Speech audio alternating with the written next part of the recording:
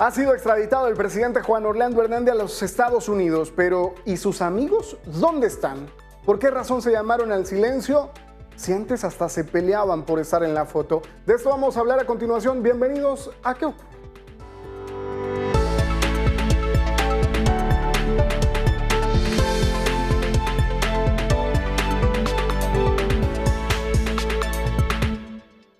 Solo hay un medio para mantener en pie una sociedad libre y es mantener al público informado. Para eso existimos. Les recuerdo que somos ¿Qué ocurre? Y estamos transmitiendo a través de la mejor señal, EDN TV. Aquí está todo. Somos un informativo y el día de hoy hablamos acerca de la salida del país del expresidente Juan Orlando Hernández, que ha sido extraditado a los Estados Unidos luego de una petición para responder ante la justicia de aquel país por cargos relacionados a narcotráfico. Vamos a hablar también acerca de los amigos. ¿Dónde están los amigos de Juan Orlando Hernández? Aquellos que luchaban por salir en el video y la foto cuando él estaba cerca y cuando él mandaba en el territorio hondureño.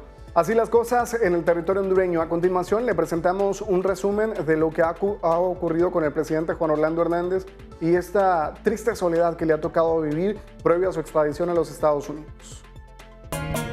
¿Dónde están esos amigos que me decían que en las buenas y en las malas conmigo estaría? ¿Qué cosa tiene la vida? Todo era mentira, porque de mí se alejaron cuando yo caía.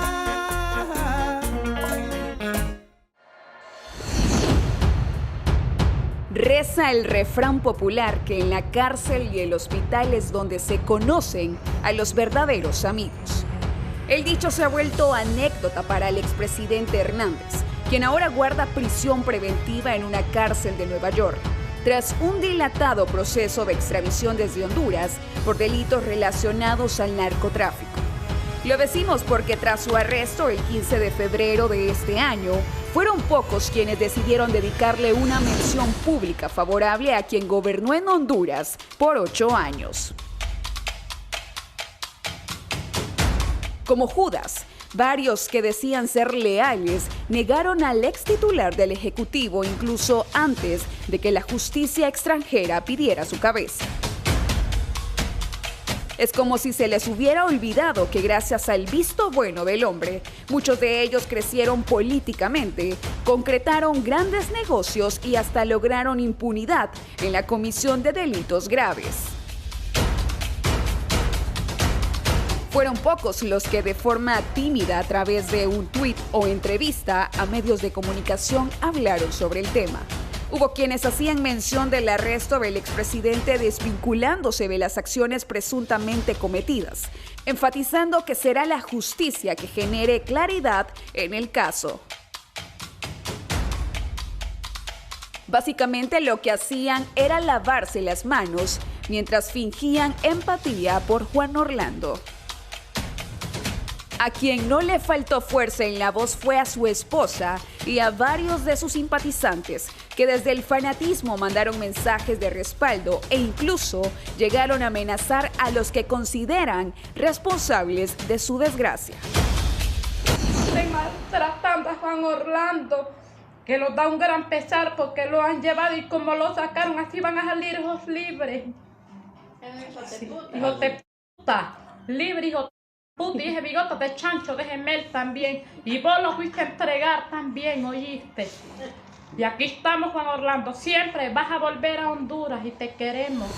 Por otra parte, Valdías, Reinaldo Sánchez, Antonio Rivera, Gladys Aurora López, Mauricio Oliva y otros que peleaban un lugar en la foto cuando Hernández mandaba, se volvieron disimulados. Y nadie los culpa. Al final del día el destino de Jo era inminente. Salir a dar una palabra de aliento era volverse carne de cañón o dar insumos a posibles investigaciones en curso. Tengo miedo. Pero bueno, vamos viendo qué es lo que dice el tiempo. Porque como dice otro refrán conocido, cuando mi mal sea viejo, el tuyo será nuevo. Esperemos que se quede en un dicho y no se vuelva verdad en la vida de aquellos que fueron incondicionales en la opulencia, pero dieron la espalda mientras su líder se revolcaba en la miseria.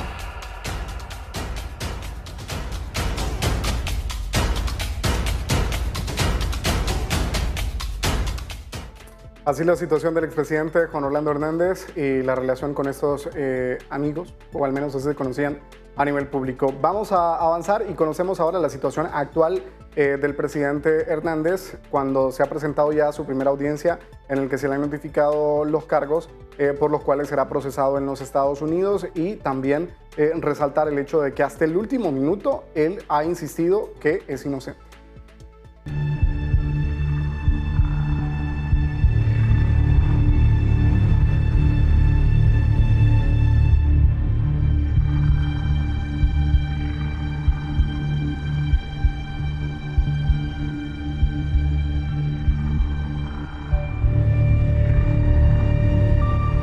La noticia le dio la vuelta al mundo.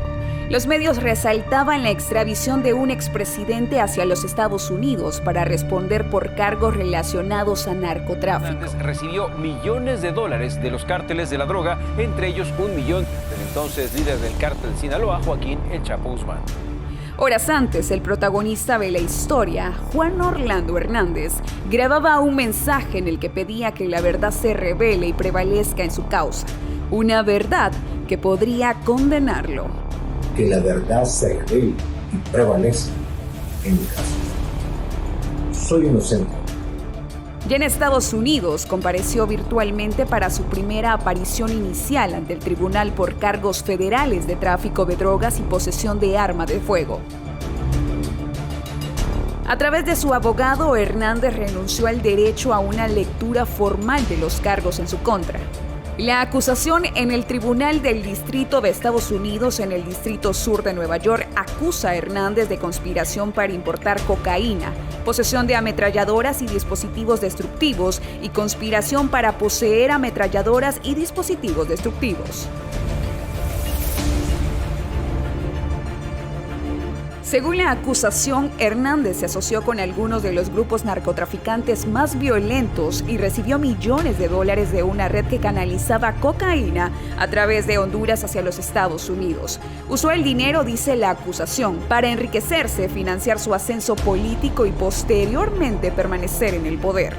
En Honduras, su esposa Ana García Carías sigue insistiendo en la inocencia del expresidente. Tenemos un refrán en nuestro país que dice: el que nada debe, nada teme. Y mi esposo es inocente. Esto es algo que yo siempre lo he dicho. Y que nosotros estamos siendo víctimas de una conspiración del crimen organizado.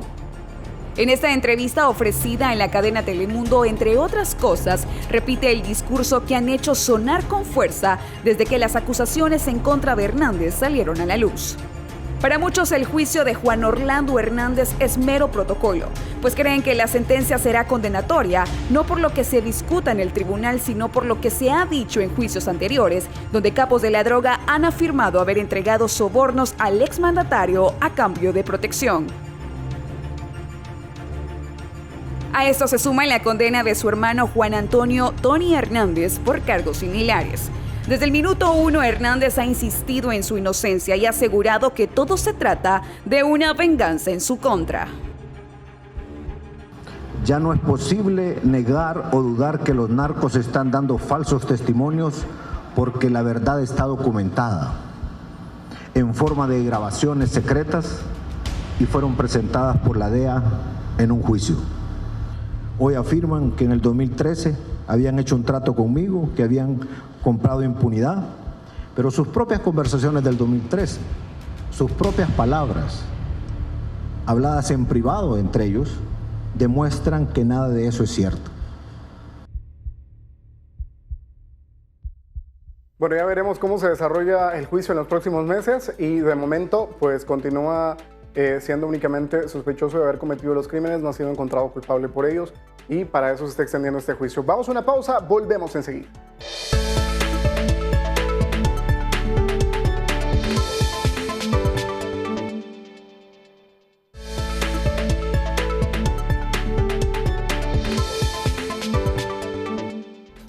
Le agradecemos como siempre la fidelidad de su sintonía. Le recuerdo, está pendiente usted de la señal de EDN TV. Aquí está todo ese espacio que ocurre y usted puede comunicarse con nosotros a través de redes sociales. Nos encuentran en Facebook, Twitter, Instagram y también en YouTube como EDN TV HN. Háganos el favor de extender la invitación para que familiares y amigos en el extranjero vayan a estos espacios y al igual que usted puedan estar pendiente de lo que ocurre en Honduras y el mundo. Y usted dice, quiero algo más íntimo. Bueno, más íntimo sería que nos escriba usted vía WhatsApp. Tenemos un número para este fin, aparece en pantalla, tómelo con calma, vaya, anótelo por ahí, guárdelo, regístrelo de una vez, porque seguramente le será útil para no únicamente reportar sintonía y sugerir contenido para qué ocurre, sino también para reportar qué es lo que sucede en cercanías de su hogar y por supuesto comentarnos cómo podemos mejorar este espacio. Ahora sí, vamos a hacer una revisión de lo que hemos estado hablando en el primer bloque. Hemos hablado en detalle acerca de la extradición del señor Juan Orlando Hernández, este proceso que ahora se sigue en los Estados Unidos a partir de esta solicitud de extradición recibida hace un par de meses atrás. Y también hablábamos de la ausencia de aquellos que se hacían llamar amigos incondicionales del presidente de Honduras, el hombre que fue presidente de Honduras durante 8 años. Pero para analizar esta situación, las repercusiones y el mensaje que se da con esta salida del expresidente del país a través de esta petición de extradición, se encuentra con nosotros el analista Joaquín Mejía, a quien agradecemos la cordialidad de atender nuestra invitación esta noche. Joaquín, bienvenido. Muchísimas gracias, Lester, por esta invitación. Creo que es muy importante continuar analizando lo que implica la extradición de Juan Orlando Hernández, porque hay que hablar no solamente sobre el sistema de justicia, sino que también de todo el aparato estatal y ciertos sectores de la sociedad que acuerparon a un régimen que terminó convirtiendo a Honduras en una narcodictadura. Justamente todo esto que usted menciona, esta gente que estuvo alrededor, que acuerpó las decisiones que se tomaban desde Casa Presidencial a partir del pensar de Juan Orlando Hernández, es importante que lo discutamos porque aquellos que se hacían llamar amigos incondicionales simplemente de la noche a la mañana dejaron de serlo y se llamaron al silencio. Algunos consideran que este silencio es estratégico con el objetivo de no ofrecer nuevos insumos a las investigaciones que probablemente se están siguiendo en contra de aquellas cúpulas y grupos de poder que todavía permanecen en Honduras. Pero antes de hablar acerca de esto, comencemos analizando el mensaje que se envía a los grupos políticos de alto perfil con la salida del presidente de Honduras, Juan Orlando Hernández. Bueno, yo creo que son dos mensajes los que se envían. El primer mensaje es que tarde o temprano se tiene que reconocer que el poder es efímero y en esa rapidez con que se puede llegar al poder también se puede caer y por otro lado que el poder debería de servir no tanto para enriquecerse y para favorecer los intereses particulares, sino que obviamente debería de servir para alcanzar el bienestar colectivo. Eso por un lado. Y el segundo mensaje en relación con Estados Unidos es algo muy concreto y no solo es para Honduras, sino que también para toda la dirigencia política de América Latina, política y militar, que Estados Unidos no tiene aliados ni tiene amigos, lo que tiene son intereses. Hoy me sirven, pero si mañana no me sirven, me doy una patada. Eso ha pasado con muchas dictaduras en América Latina, eso pasó con el general Noriega en Panamá, que luego terminó Estados Unidos invadiendo el país para sacarlo y acusarlo de narcotráfico y enjuiciarlo en Estados Unidos, y eso ha pasado con Juan Orlando Hernández igual. Recordemos que el Departamento de Estado ha sido una columna vertebral para que Juan Orlando Hernández pudiera mantenerse en el poder.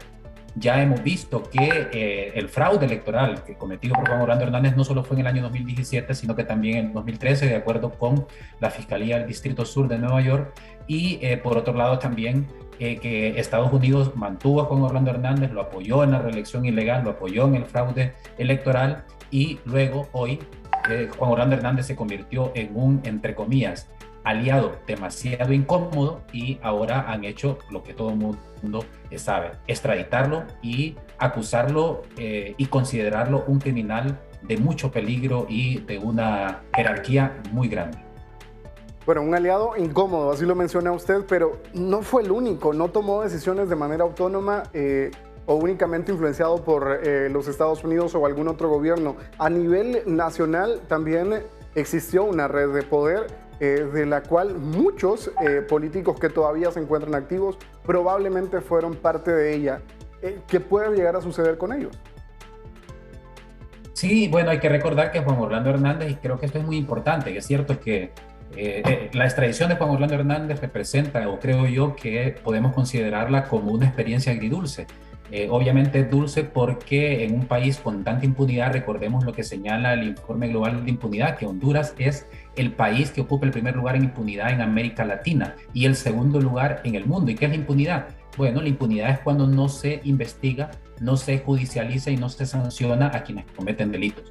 Pues bueno, es dulce esta experiencia en el sentido de ver de que ha habido un sistema de justicia que ha alcanzado los delitos cometidos o los presuntos delitos cometidos por Juan Orlando Hernández. En ese sentido es positivo.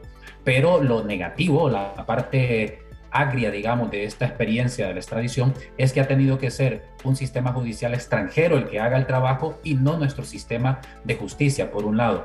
Y por otro lado también que Juan Orlando Hernández solo representa la cabeza visible de una estructura criminal que se ha encargado de convertir a Honduras en un narcoestado.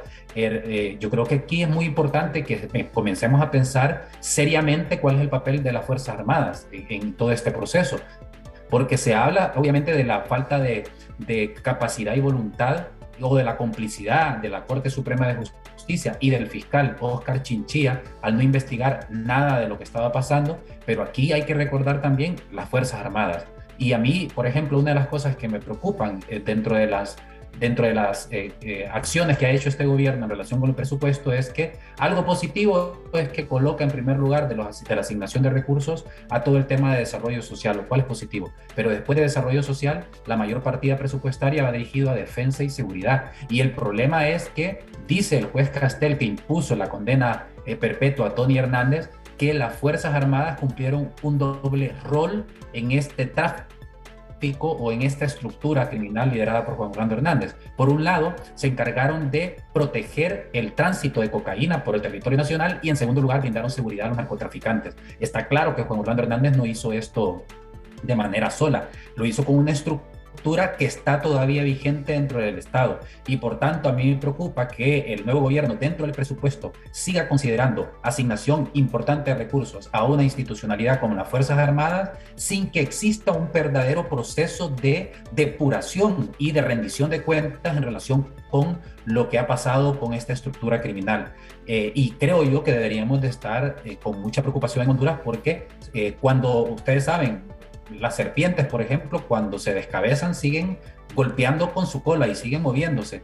Y por otro lado, cuando por una ley de la física, cuando digamos un espacio que es dejado por un objeto es ocupado por otro objeto. Entonces, por tanto, si no si no revisamos, si no evaluamos y si no atacamos a la estructura que está vigente en Honduras de narcotráfico y creer que esto se resolvió solo con la cabeza que es Juan Orlando Hernández, creo que nos vamos a llevar una sorpresa bastante lamentable. Pero ¿a quién corresponde esta tarea? Porque la solución, entre comillas, por supuesto, ha llegado desde los Estados Unidos, pero el personaje de interés era Juan Orlando Hernández, sus amigos y también aquellas instituciones que sirvieron probablemente para hacer y tomar o ejecutar más bien estas malas decisiones. Continúan en el territorio nacional. ¿A quién corresponden? ¿Nos seguimos ateniendo a los intereses de países del primer mundo o debemos nosotros generar las soluciones de primera mano? Sí, evidentemente creo yo que es Honduras la que tiene que hacer este tipo de cuestiones, pero para eso se requiere un sistema de justicia independiente, competente e imparcial, que no lo tenemos. No tenemos un Ministerio Público competente, independiente e imparcial, mucho menos una Corte Suprema de Justicia, porque quienes lideran estas dos instituciones, que son Oscar Chinchilla y Rolando Argueta, son personas que no están ahí por su capacidad, sino que están ahí porque representaban o eran, digamos, las figuras de confianza de Juan Orlando Hernández para proteger sus intereses y generar esta impunidad durante tanto tiempo. Recordemos, Oscar Chinchilla fue elegido en 2 ocasiones y de manera ilegal. En la primera ni siquiera había pasado los exámenes psicométricos, pero hubo ahí una mafia dentro de la junta que se encargaba de la selección y lo que hizo fue votar todo este procedimiento y a pesar de que no había pasado las pruebas de psicosométricas, lo pasó a la siguiente fase y lo eligieron de manera ilegal. Y recordemos que tanto la UNA como incluso la la Alianza por la Paz y la Justicia, y no recuerdo qué otra institución salieron de la Junta nominadora por esa situación. Y luego en la segunda reelección fue peor, porque ni siquiera estaba en la lista de personas candidatas como lo ordena la Constitución de la República, y aún así lo eligieron de manera ilegal. Y además, un tercer punto, recordemos que él llegó para cubrir el periodo de tiempo en que le quedaba todavía al exfiscal que había sido destituido. Recordemos que se le había, no recuerdo el nombre en este momento, no sé si era Leónidas Rosa Bautista, pero que se había destituido, o Rubí, no recuerdo en este momento. Pero él solo tenía que cumplir el mandato que le quedaba al exfiscal, y no, lo que hicieron fue, lo eligieron de manera permanente. Entonces, en 3 ocasiones ha llegado al Ministerio Público de manera ilegal, violando la Constitución. Y en el caso de Rolando Argueta, perdónenme, pero en Honduras hay abogados y abogadas con una trayectoria no solo académica, sino que también práctica y con una altura moral que para uno poder no ejercer entiende. el puesto. Exactamente, uno no entiende desde la meritocracia cómo alguien como Rolando Argueta está ahí, pero uno lo entiende cuando sabe que es una cuestión de partidocracia, y por otro lado, que está ahí como alguien que es puesto como un títere para cubrir los intereses de alguien mayor, que en este caso es Juan Orlando Hernández. Entonces se requiere, obviamente, en este caso, y con esto termino, lo que se requiere es, en primer lugar, son 2 cosas que deben de ir al mismo ritmo. Por un lado, si el Congreso Nacional logró las mayorías necesarias para derogar la ley de secretos oficiales y la ley SEDE, se pueden lograr las mayorías entonces a través de un diálogo democrático para realizar un juicio político contra la Corte Suprema y contra el Ministerio Público. Inmediatamente. Pero a la par, se tiene que garantizar que exista un procedimiento ad hoc para elegir hasta el momento en que terminen ellos en su cargo, es decir, si son destituidos en de forma temporal, supongo, algún otro grupo. Exactamente, por meritocracia, mientras, en un tercer lugar, se aprueba una ley que presentó el ministro Edmundo Orellana junto con la Oficina del Alto Comisionado de Naciones Unidas para los Derechos Humanos, que garantiza un procedimiento donde se valga la meritocracia para llegar a las altas magistraturas del Estado. Joaquín, muchísimas gracias de verdad por habernos acompañado. Lastimosamente el tiempo se nos ha agotado en este asunto, pero de verdad es un diálogo importante y creemos que debe continuar no solo en este espacio, sino a nivel nacional, en diferentes plataformas, para que la gente pueda enterarse y ver cómo puede mejorar la situación de justicia en el territorio hondureño. Muchísimas gracias por las ideas y el análisis compartido. Muchas gracias. Perfecto, era el amigo Joaquín Mejía hablándonos y analizando esta situación con la salida del presidente Juan Orlando Hernández, el mensaje que se envía y las necesidades urgentes que existen de mejorar el tema de justicia en el territorio hondureño. Hasta aquí llegamos el día de hoy. Muchísimas gracias por habernos acompañado. Les esperamos la próxima semana en punto de las 8 de la noche a través de DNTV. Mi nombre es Lester Torres. Tengan ustedes una bonita noche, un feliz fin de semana. Bendiciones.